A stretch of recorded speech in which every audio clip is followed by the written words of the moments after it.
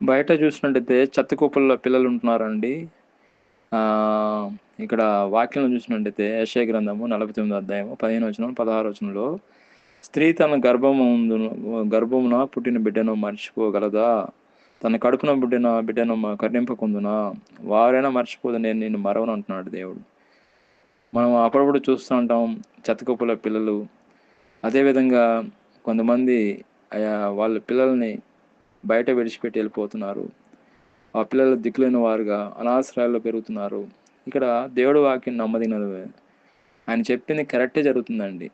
అనేక మంది పిల్లలు చాలామంది అనాశ్రయాల్లో బతుకుతున్నారండి. దీనికి మూల కారణం తల్లి కూడా మర్చిపోతున్నారండి ఈ కాలంలో. కానీ తల్లి మర్చినా గానీ దేవుడు మాత్రము మర్చిపోయే దేవుడు. మనుషుల స్వభావం ఎట్లా చూసినట్టయితే పెళ్ళిల్లో వాగ్దానాలు చేస్తారండి.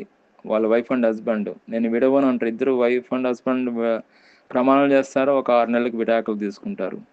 అదేవిధంగా పెళ్ళైన తర్వాత తల్లిదండ్రులను కూడా మర్చిపోతున్నారు. వాళ్ళని అనాశ్రయాల్లో చేర్చేస్తున్నారు. అలాగ ఉందండి సిట్యుయేషన్. మనుషులు మర్చిపోతారు కానీ, దేవుడు మాత్రం నిన్నెప్పుడు కూడా మర్చిపోయే దేవుడు కాదు. మరవని దేవుడు.